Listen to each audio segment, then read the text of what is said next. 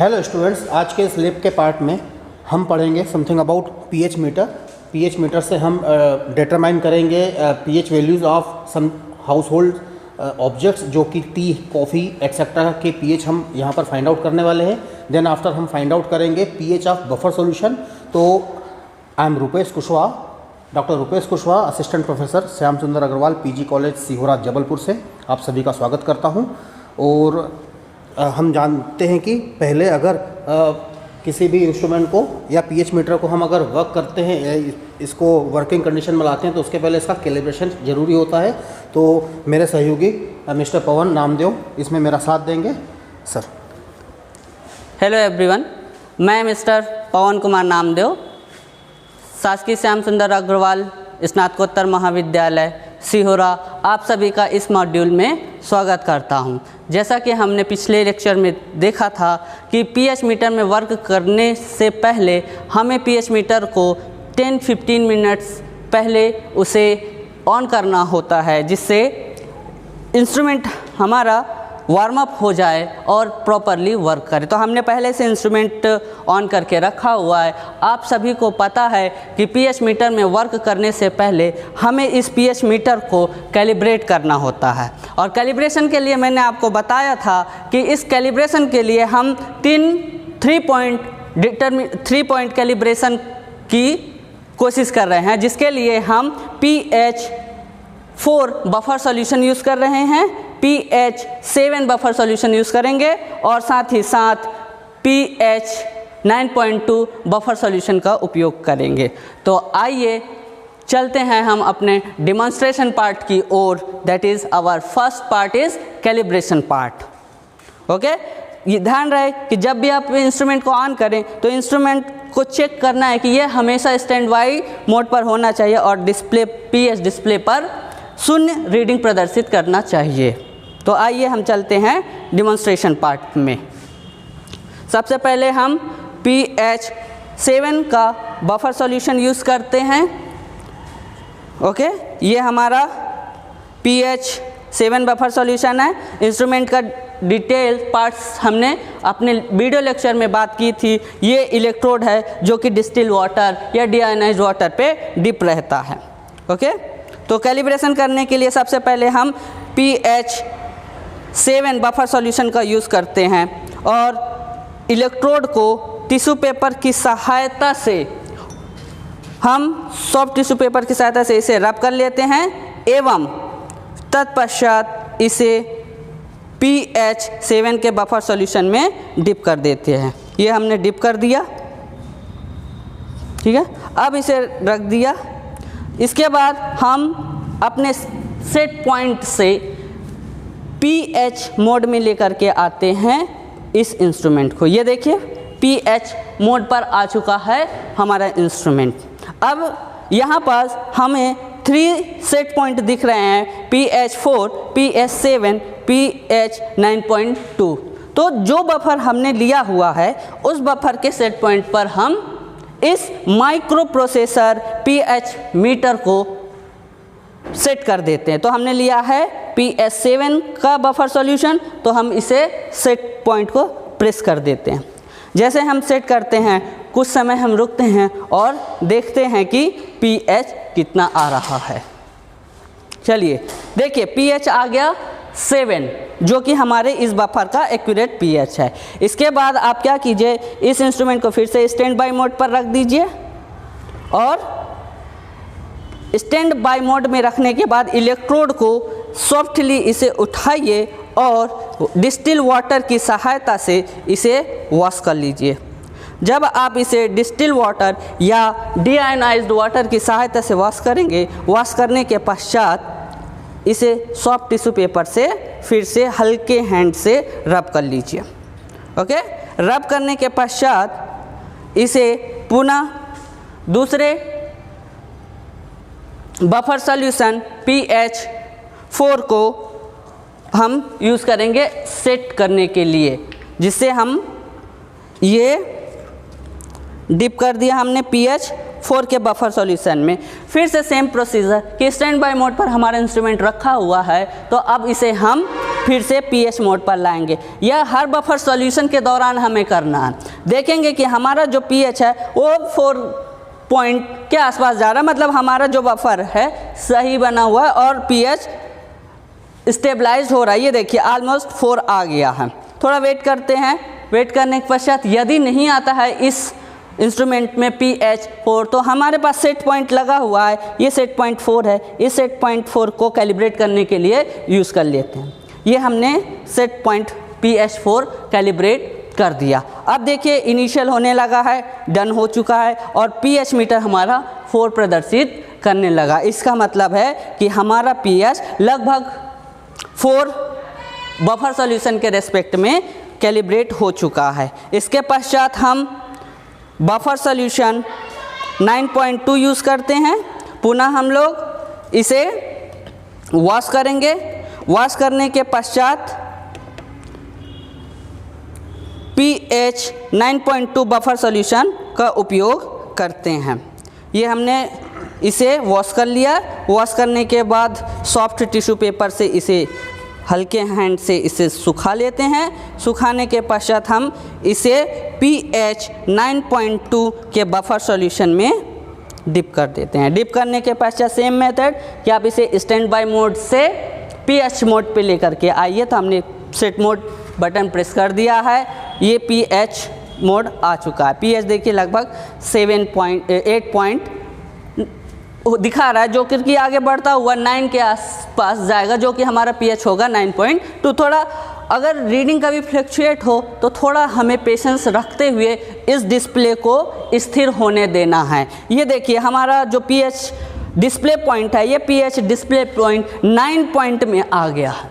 थोड़ा और इंतज़ार करते हैं और इंतज़ार करने के बाद एक समय ऐसा आएगा कि जब यह pH मीटर 9.2 रीडिंग प्रदर्शित करने लगेगा।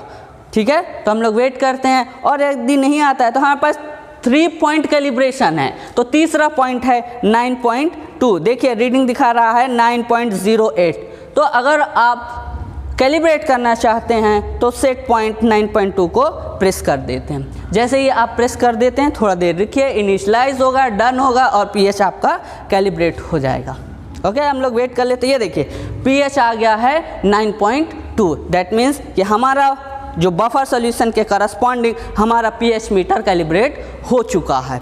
अब जब हमारा pH मीटर कैलिब्रेट हो चुका है तो हमें ये इंश्योर हो जाना चाहिए कि हमारा pH मीटर कैलिब्रेट एक्चुअली हुआ है या नहीं हुआ। इसके लिए हम लोग पुनः pH 7 बफर सॉल्यूशन उठाते हैं और उसमें अपने इलेक्ट्रोड को डिप करते हैं। तो फिर से सेम प्रोसीजर होगा। देखिए यहाँ पास मैं रिपीट कर रहा हूँ।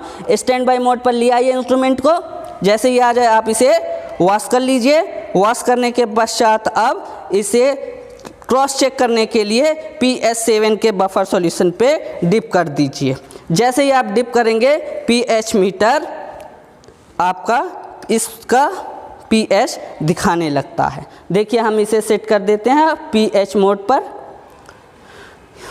ओके, थोड़ा रुकिए, डिस्प्ले में अपने आप रीडिंग स्टेबलाइज्ड होने लगेगी, जो कि हमारा pH कैलिब्रेशन की ओर हो रहा है। तो देखिए वो 7.1 आ चुका है, जो हमारा बफर सॉल्यूशन pH 7 का pH होगा। ओके, देखिए 7.03।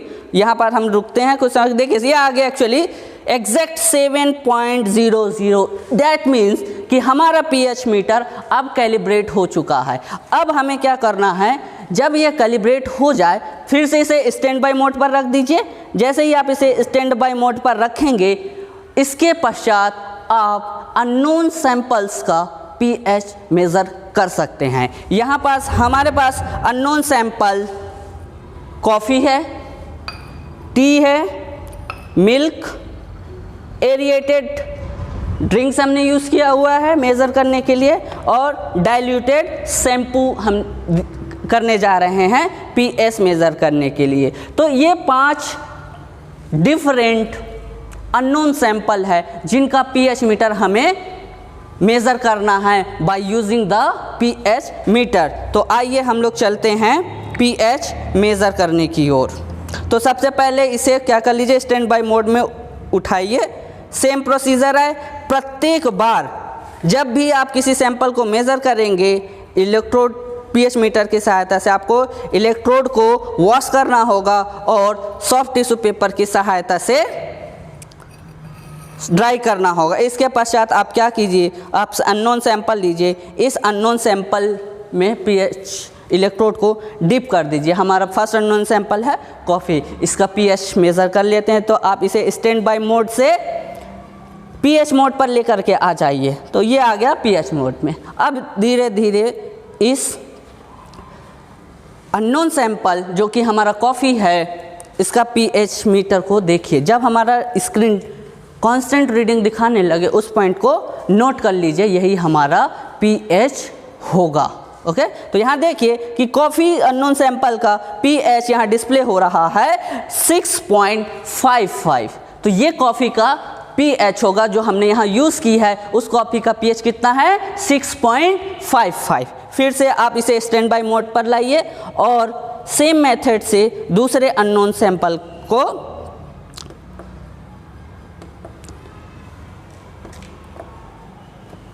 दूसरे अननोन सैंपल का पीएच नोट करते हैं। तो हमने कॉफ़ी का कर लिया। सेकंड हम करते हैं टी का। तो टी का देख लेते हैं। इसे अच्छे से धो लीजिए इलेक्ट्रोड को। ध्यान रखिए कि जब भी इलेक्ट्रोड पर वर्क करें तो इलेक्ट्रोड को अच्छे से वॉश कर लेना है और सॉफ्ट टिश्यू पेपर की सहायता से वॉश करना है। तत्पश्चात आप दूसरे अननोन सैंपल में इसे डिप कर दीजिए। ठीक है, फिर आप इसे स्टैंड बाय मोड से पीएच मोड पर ले आइए और यहाँ से अननोन सैंपल का पीएच नोट कर लेते हैं।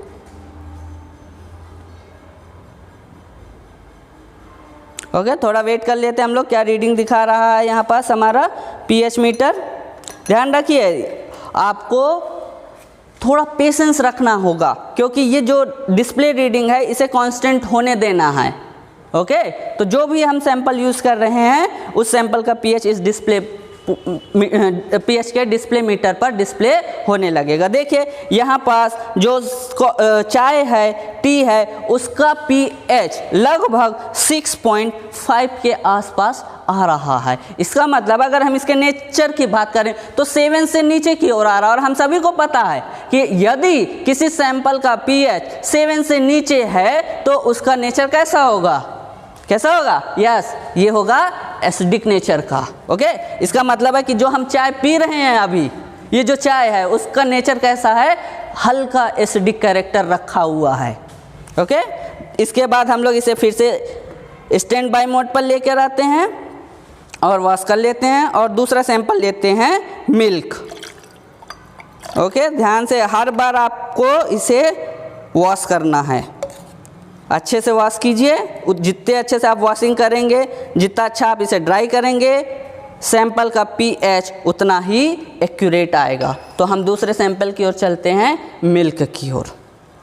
ये है मिल्क, हमने इसे डिप कर दिया इलेक्ट्रोड को और इलेक्ट्रोड को डिप करने के बाद फिर से पीएच मोड में इंस्ट्रूमेंट को सेट करते हैं।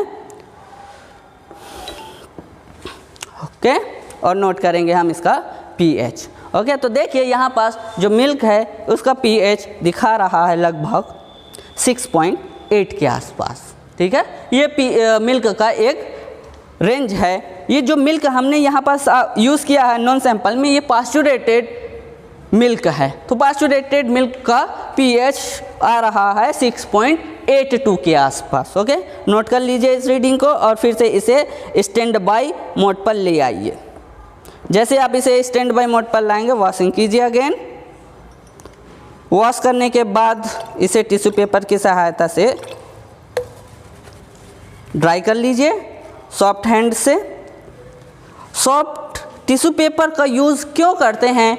एक्चुअली में आपको पता है कि जब हम थ्योरी पार्ट देख रहे थे पीएच मीटर का, तो इस पीएच इलेक्ट्रोड के इस टिप पॉइंट पर एक बहुत ही थिन लेयर मेम्ब्रेन होती है जो कि डैमेज हो सकती है, इसलिए हम इसमें सॉफ्ट टिश्यू पेपर का यूज़ करते हैं। यहाँ पर देखिए कि अगला जो सैंपल हमारा ये है एरिएटेड ड्रिंक्स का। तो एरिएटेड ड्रिंक्स का पीएच नोट करने के लिए फिर से आप पीएच मीटर को कहाँ ले आइए, पीएच मोड पर ले आइए।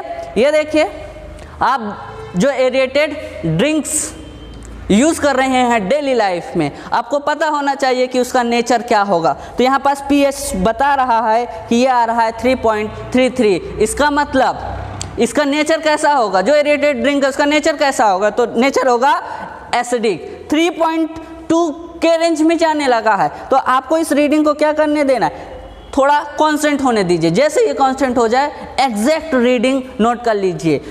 pH मीटर ही आपको किसी भी अननोन सैंपल का एग्जैक्ट रीडिंग देगा।